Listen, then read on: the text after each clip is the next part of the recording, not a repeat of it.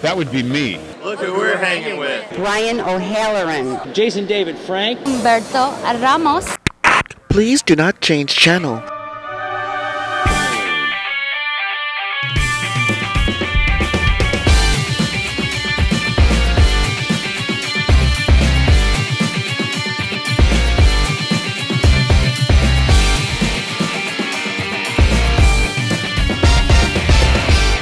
Hello, World Wide Web. Welcome back to the Hangin With Web Show. I'm GW Pomichter. Thank you so much for logging on and tuning in, for giving us just a few minutes of your time.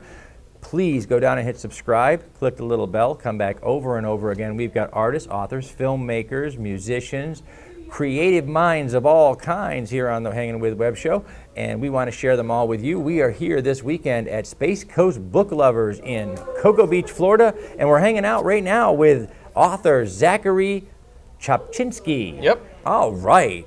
Yeah, try that really fast. Go ahead. YouTube pick on me, I dare you. Zachary is the author of the Webley series. Right there.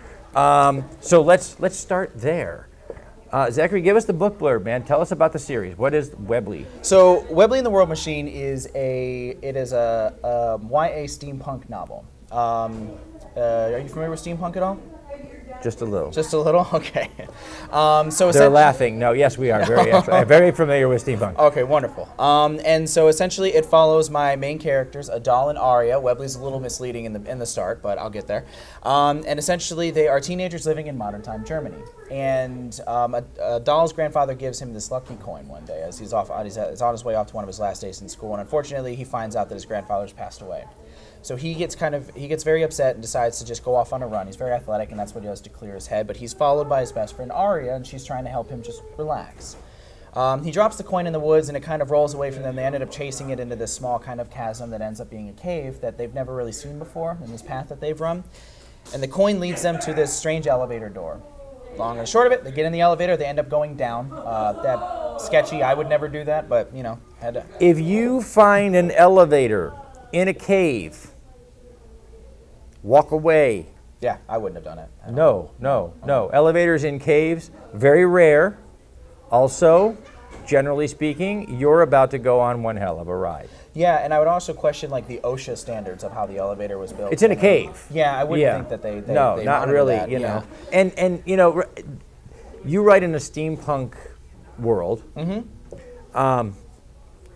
Now, I know a lot of our viewers on the web know steampunk as mostly as an aesthetic. Mm-hmm. So what was the biggest challenge that you faced as a writer trying to put the steampunk aesthetic into words? So, and I get exactly what you're saying, because you can only use the term like bronze or gears or things like that so many times before people are like, we get it. Yeah, then your English teacher calls you on the phone and is like, way too much. Yeah, my wife actually bought me a Mojo Jojo action figure from the Powerpuff Girls, because nice. if you've ever seen Mojo Jojo, he repeats himself frequently, and she'll remind me of that when she's kind of proofreading my stuff. She'll go, Mojo Jojo. Like, okay, I'll I got it. I'm on it. I'm on it. We've got a new way to do that. Yep. So what I actually did was, a lot of the things that interest me when I read is science fiction. So I focused a lot of the science behind it. So I kind of painted the aesthetic scene, and then really interjected and focused a lot about the what I think is the cool science. Well, because that is one of the wonderful things about the steampunk aesthetic, mm-hmm. is that it's a very practical aesthetic. Yes.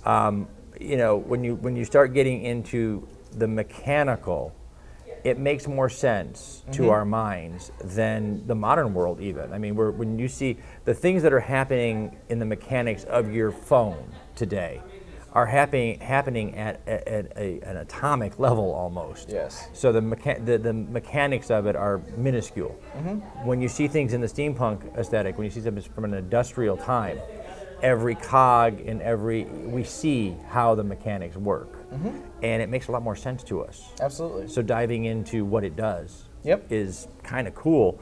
You know, steampunk writers are part inventor. Mm-hmm. Because you have to reimagine so much of the modern post-industrial world in an industrial framework. So what would you say is the favorite thing that you've had to create for your what's the favorite steampunk artifact that you'd just like to see some fabricator somewhere make for you to put on the table? Well, there's two parts to that. The quick one is there's one that's called the Fliegensack. All of my little names mean Fliegensack. something. Fliegensack. It's a German mixture that basically means flying sack. And essentially, it's a backpack with expandable YouTube wings. made that so wrong. Stop. But the Fliegensack, listen to what he said it was. Forget what you thought it was. And what's the next one? They are shameful out there. You have to watch them every minute of every day. It's the internet. Yes. The second one is actually Kip, who's actually a character, but then in the World Machine, in this machine that's down there, it's actually a giant city that powers our world, and there are the dwellers, who are mechanized cognitive people that live down there, and Kip becomes one of my characters, and he's kind of reminds me of Short Round from Indiana Jones, that okie dokie Dr. Jones kind of troublemaker. And I really had a lot of fun writing him. So I would say the Fliegensack, because that would be awesome to be able to fly around. And then Kip, just because he's a rascal that gets in. So you wrote Steampunk Industrialized AI. Kind of, yeah. Nice. Yeah. That's worth a read right there to see how that happened. So the bow tie author. We saw your banner over there. We're actually going to spin that up here so everybody can take a look. Where did this moniker come from? 4 years ago, I went to my first convention, and I like wearing bow ties. It's a little different than a necktie. And so I was wearing it and dancing around with all these people. The last night of the convention, there's this big gala event, everybody's dancing, and I was dancing the Time Warp with a bunch of other fellow nerds. And somebody took a great that's picture. what one does. Yes, obviously. We're at a writers' conference. Yeah. That's what we do. And somebody snapped a picture of me actually lifting one of the other authors up to flip her over, and they put dancing with the bow tie author.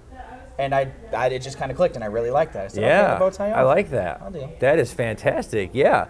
This is what happens. Your creative mind, you create something, you're out there, you're selling it, and the marketing just happens because this is a creative bunch of people to hang out with. Generally, yeah. Yeah, I mean, this is a fun community to be a part of. You have another series, I understand.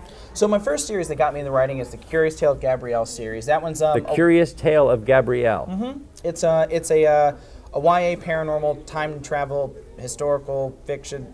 Punchline is you follow Gabrielle, she's a teenage girl. One day she finds a bracelet, she puts it on, and she's thrown 500 years in the past, and she has to relive the lives of the women that have worn the bracelet. Each one of the books takes place during a historically accurate time. All the characters, these are real people that really lived. At its core, it's historical fiction. Yes. Okay. Mm-hmm. But really what you do is you take a box, you throw every genre into the box, then you throw pages in, and when you pull them out, whatever's stuck is Zach's work. Zachary is going to give you a little bit of everything. I have a little attention deficit problem, so sometimes my books are kind of like, and then we're doing this, and look at the kitty. I do that a lot. And sometimes. That ends up in the book. Yeah, it does. You can see just it. on the page. See, because writers think with our fingers, so when he goes, look at the kitty, that's what comes out of his fingers. Yeah. Look at the kitty, and people are like, where's the damn kitty? 15 chapters looking for the kitty. Yeah, because you told them to. Mm-hmm. See? That's what happens. You really have mashed up a lot of genres in your books. You have historical fiction, you have obviously steampunk and the aesthetic there, and building, you get to invent all of these crazy things in your mind, flying things and weird mechanical AI that lives in the center of the earth because, as one does, this happens. Why not? Yeah. How long have you been writing? How long have you been publishing? I've been publishing now for 4 years. For 4 years. Mm-hmm. What is the seminal moment now as an author that you've come across? The moment when you just said, yeah, this is why I do this. What's the high point of your now 4-year journey?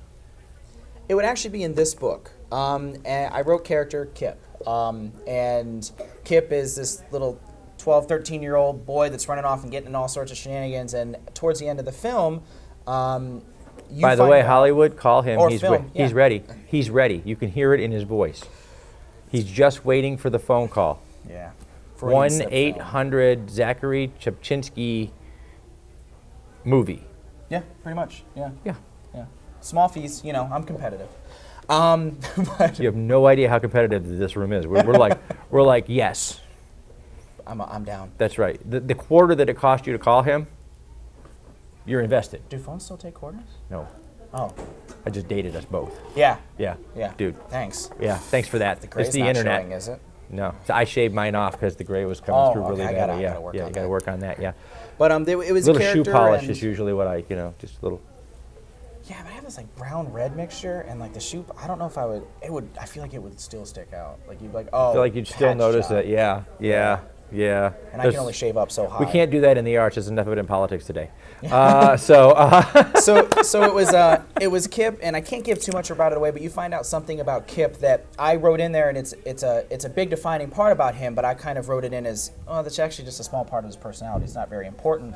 But I had a few people that immediately commented on that and said that they loved that. They've now identified with the character and loved the fact that I didn't make a big deal out of it. And out of all that, and it was compliments and everything, and I loved it, but the thing that kind of I stepped back is they said I love and identified with that part of that character. That's amazing. And that's the best feedback in the world, right? I mean, it. when a reader comes up and says, I really love that character, I love that scene, I love that chapter, because it kind of speaks to us and says, hey, I did my job. Yeah, basically. Somebody actually was connected to my story. No, I refuse. She holds the card up. That's the shut up card. That's the We've Been Gabbing card. I get that a lot. Yeah. Yeah. You got one at home, right? Yeah. Yeah, they do it to me too. We're going to say thank you to our partners and our friends at Something Unique Magazine, Famous Faces and Funnies, Krypton Radio, Off the Chain Radio with author Yvonne Mason. Yvonne, we missed you this weekend. We can't wait to catch up with you down the road. Space Coast Comics with Jake and Dave. We want to thank Asylum Convention Entertainment Services, our good friends Heather Reed and Brian Wensloff. We want to thank all of the team here responsible for Space Coast Book Lovers, Robbie Cox, Charlene Cox, Teri, Dees, Edney, Sarah Aarons-Mick. You guys are amazing, and thanks for having us come in here and chat with your authors. Guys, check out the links down below for more information about author Zachary Chopchinski. Check out the Webley. Let me do the whole thing here. Webley, the World Machine.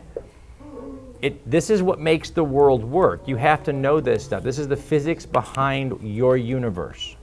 As far as you know, we're telling the truth. How can we not be telling the truth? Look at it, he's got a bow tie. He's really, really trustworthy. Check it out, guys. Remember, everybody, subscribe, log on, tune in, and see who we're hanging with next.